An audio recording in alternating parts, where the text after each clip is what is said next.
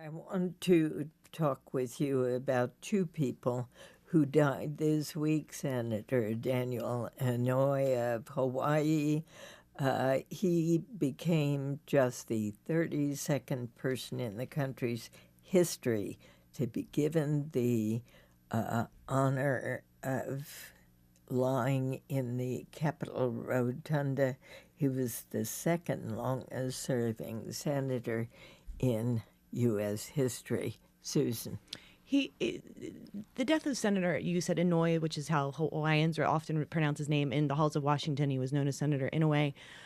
He was almost represents an era that I think is fading in the Senate. There's only one World War II veteran still serving in the Senate, Senator Frank Lautenberg of New Jersey, sort of an end of an era in that way. It's also an end of an era of how business was conducted. I mean, Senator Inouye was someone who was probably one of the most powerful people in Washington that you never heard of. Mitch McConnell, the Republican leader, praised him on the floor as a quiet man who didn't need credit for the things he had done.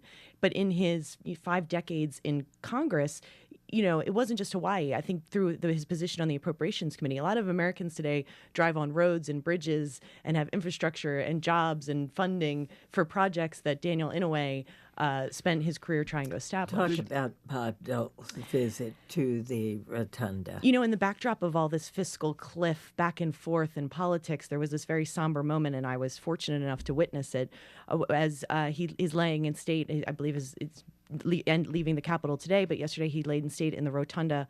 And Bob Dole, who was also a World War II veteran, came to visit him. And Bob Dole and Daniel Inouye met in a medical hospital as they were both injured in the war. And Inouye wanted to be a surgeon, and he lost his arm in the war. And he said he would tell the story that he was wondering what he was going to do with his life now. And in a conversation with Bob Dole, who was also injured, said he was going to go to law school and run for office, and he was going to go to Congress. And Inouye was like, well, okay, that sounds like a good idea too. And Inouye actually ended up getting elected to the Senate first. He beat Bob Dole to the Senate, and he would joke that he said he would always give Bob Dole a hard time, saying that he beat him, he got there first. And Dole, who's now in a wheelchair, was assisted in the Rotunda, and he stood up with his wife Elizabeth Dole, a former senator as well, and he said he didn't want Danny to see him in a wheelchair.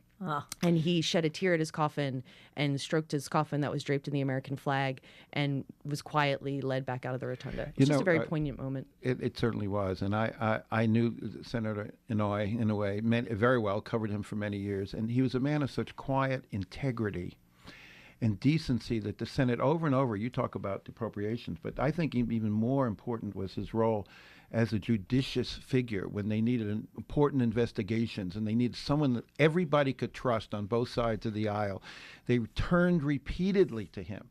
And you wonder who would play that role in today's Senate, who commands, just from a perspective of personal decency and integrity.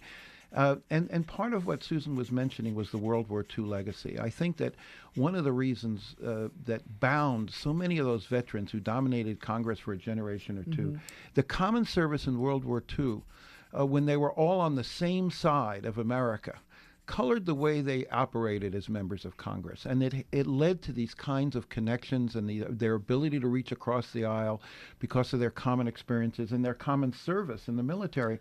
And that's lost today. And it's one of the reasons why there is far less of the kind of personal connection between a Senator Dole, a Republican leader, and Senator Inouye, a Democratic leader, that was such an important part of the old Senate. I just would say quickly, I wrote about this recently. In the next Congress, there will be fewer veterans serving in Congress than at any point since World War II.